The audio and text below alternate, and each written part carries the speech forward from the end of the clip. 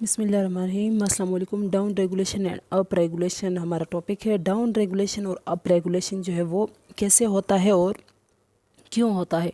Down regulation जो है वो एगोनिस्ट की वजह से होता है, प्रोलॉन्ग एगोनिस्ट एक्सपोजर की वजह से, और अप रेगुलेशन किस वजह से होता है, एंटागोनिस्ट की वजह से। होता क्या है कि ये जो एगोनिस्ट है, ये एगोनिस्ट क्या करता है, स्टिमुलेट करता है ना रिसेप्टर को। एंटागोनिस्ट जो है वो स्टिमुलेट नहीं करता, वो जस्ट जाके एगोनिस्ट को अटैच नहीं होने देता, उसकी जगह जाके खुद लगता है और एक्शन को इनहिबिट कर देता है। एगोनिस्ट क्या करता है, जाके रिसेप्टर्स के ऊपर लग जाता है और रिसेप्टर को स्टिमुलेट करता है। लेकिन कभी कभी हमारे पास ऐसे होता है ना कि एगोनिस्ट की एक तो कंसंट्रेशन ज़्यादा है और बार बार आके इन रिसेप्टर्स के ऊपर आके लग रहा है और अपना जो है वो जो सिग्नल है वो दे रहा है। तो बार बार सिग्नल देने की वजह से और बार बार एक्सपोजर की वजह से, एक ही एगोनिस्ट की तरफ बार बार एक्सपोजर की वजह से ये जो रिसेप्टर हैं ये क्या हो जाते हैं, एक तो डिसेंसिटाइज हो जाते हैं, डिसेंसिटाइज तो हो ही जाते हैं। दूसरा ये कि ये जो रिसेप्टर्स हैं इनकी क्या हो जाती है, एंडोसाइटोसिस। एंडोसाइटोसिस के ज़रिए अब हम लोगों ने इसको क्या करना है, एक इंटरनल फिजियोलॉजी है ना कि एक चीज़ जो है बहुत ज़्यादा जो सिग्नल दे रही है और बहुत ज़्यादा है और बार बार दे रही है, तो हम लोग इसको कैसे कम करें। तो उसको इस तरह से कम ये किया करते हैं कि ये जो रिसेप्टर्स हैं क्यों ना इन्हीं को ख़त्म कर दें। कैसे करते हैं, इसके लिए अपना मैकेनिज़्म है।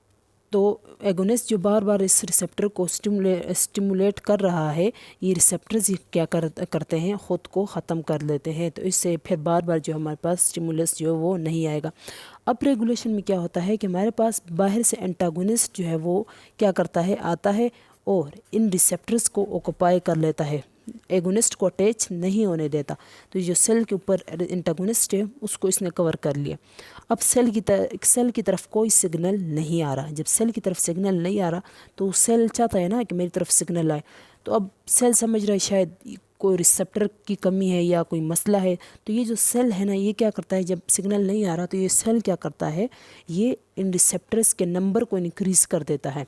रिसेप्टर के नंबर को इंक्रीज़ कर लेता है कि मेरे पास कि मुझे क्यों सिग्नल नहीं मिल रहा, तो मैं रिसेप्टर को इंक्रीज़ कर लेता हूँ ताकि एगोनिस्ट आए और इसके ऊपर अटैच हो और इस तरह जो है मुझे जो हो सिग्नल है वो मिले। तो इससे क्या होता है, एंटागोनिस्ट के अटैचमेंट की वजह से, जिसने रिसेप्टर को ब्लॉक किया हुआ है, इसकी वजह से, इसकी ब्लॉकेज की वजह से हमारे सेल जो है वो न्यू रिसेप्टर्स बनाते हैं। और डाउन रेगुलेशन में हमारे जो सेल है वो रिसेप्टर की इंटरनलाइजेशन करते हैं। अच्छा, डाउन रेगुलेशन का जो मैकेनिज़्म है वो कैसे है, वो उसको ज़रा हम लोग देखते हैं।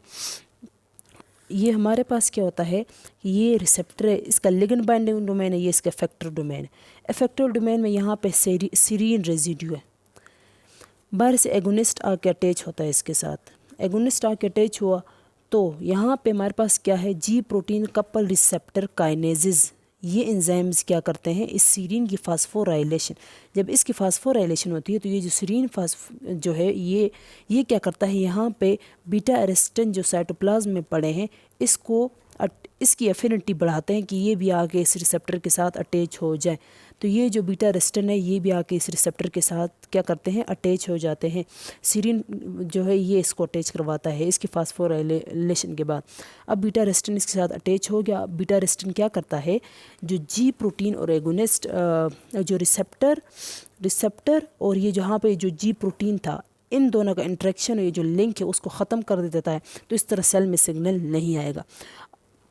अब बार बार एक्सपोजर की वजह से एगोनिस्ट बार बार आ रहा है और बार रिपीट और प्रोलॉन्ग एक्सपोजर की वजह से क्या होता है, सेल जो है वो ख़ुद को ही, अपने रिसेप्टर्स को ही ख़त्म कर देता है। एक तो डिसेंसिटाइजेशन होती है ना, वो तो थोड़े टाइम के लिए होती है, लेकिन अब क्या कर रहा है, सेल अपने रिसेप्टर्स को ही कम कर रहा है, ख़त्म कर रहा है। कैसे, यहाँ पे हमारे पास क्या है, इसी सेल मेम्ब्रेन में यहाँ पे कोटेड पिट्स, ये जो फुल कम्प्लेक्स है, ये एगोनिस्ट का, सीरीन का, बीटा एरेस्टिन का, ये जाके कोटेड पिट्स के साथ अटैच हो जाता है।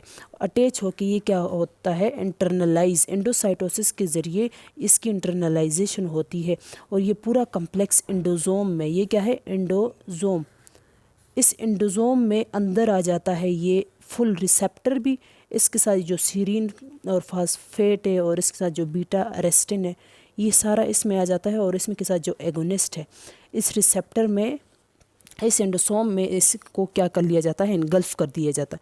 हमारे पास एगोनिस्ट बहुत ज़्यादा है और बार बार एक्सपोज हो रहा है, तो हम लोग क्या, तो फिर सेल क्या करेगा, इस पूरे के पूरे को क्या करेगा, उठा के लाइसोसोम में फेंक देगा। ये क्या है, लाइसोसोम।